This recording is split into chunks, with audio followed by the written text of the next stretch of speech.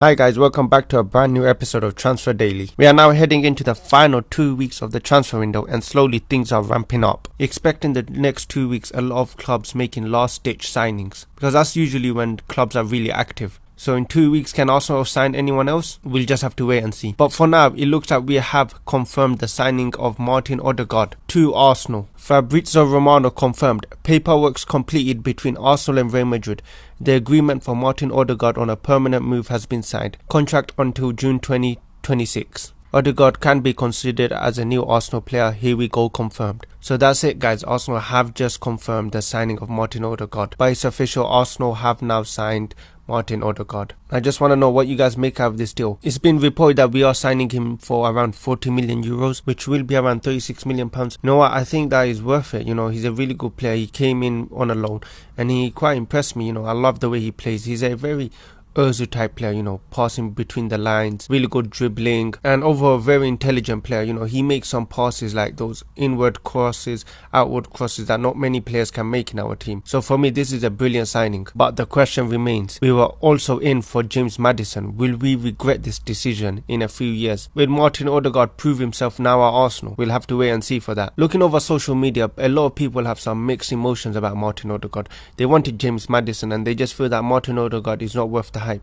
And look, to some extent I agree, James Maddison is a better player than Martin Odegaard.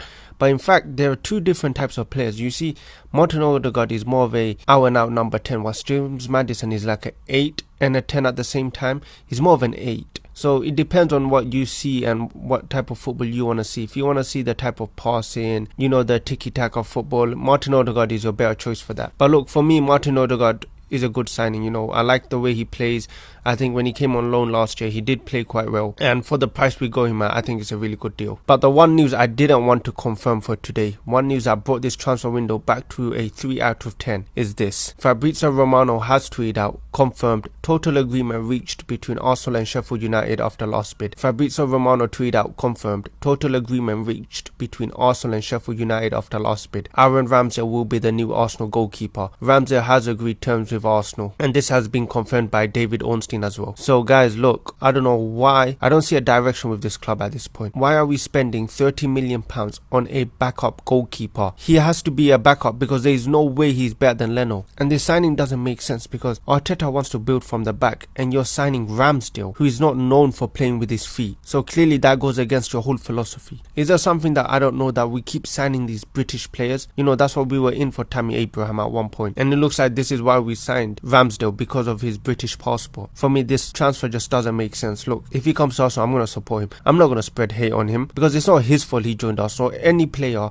would love to join Arsenal. This is on Arteta and Edu's head for signing him, because at the state of our club is in, how does this signing help us?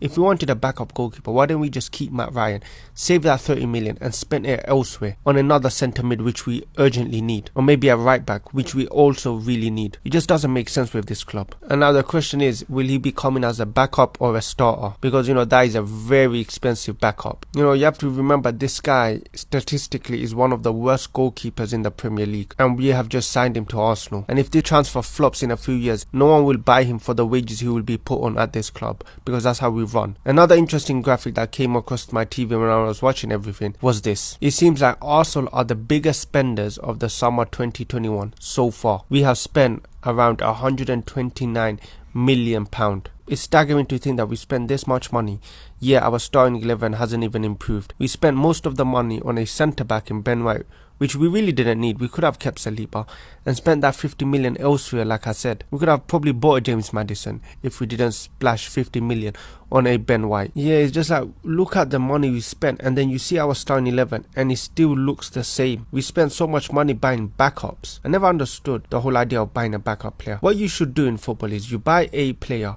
who is good enough to challenge your first 11 player. You never sign a backup. You sign a first 11 player and they will challenge, and whoever comes out on top, they will be the new starting 11 and the second one will be the backup. That's how you keep competition.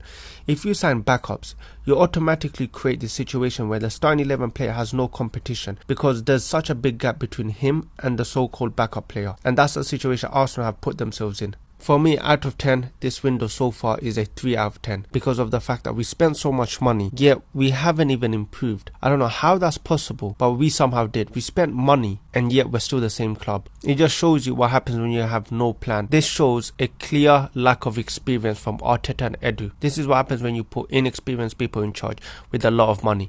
They've been given a lot of money and they wasted it on another summer window, which we will probably regret coming in a few years. And I've always believed this. It is better not to spend money at all than to spend money stupidly, which is what we just did. Because these signings we've made will probably cost us in the next few years, because we'll be in a situation where we cannot offload them because of the high wages they've been put on, and it will start a whole new cycle again. And this is on the Cronkies as well, for not sacking these two clowns we have in charge. Look, now there's 14 days left of the summer window. I'm expecting minimum a new right back, a new centre mid, and potentially a striker. We need a right back. We need a mirror replacement of Kieran Tierney at right back, and it will help out the balance of the team right now because we're so focused on attacking on the left side. And we also need a new striker, potentially a striker who's different, that can actually head the ball, physical, has some presence. And we 100% need a centre mid, because right now I only see two good centre mids at this club: Thomas Partey, who is injured, and Sambi Lokanga. That is all the centre mids we have right now. We need a new CDM because Granit Xhaka and Mohamed El Neni are not good enough for this club. Anyways guys, that is the end of today's video. Remember, if you enjoyed the video, please hit the like button, comment on what you think Arsenal need in the rest of the summer window. And thanks for watching guys, have a great day. I know it's a game, I'm not gonna play, but maybe you should do whatever you need to arrange.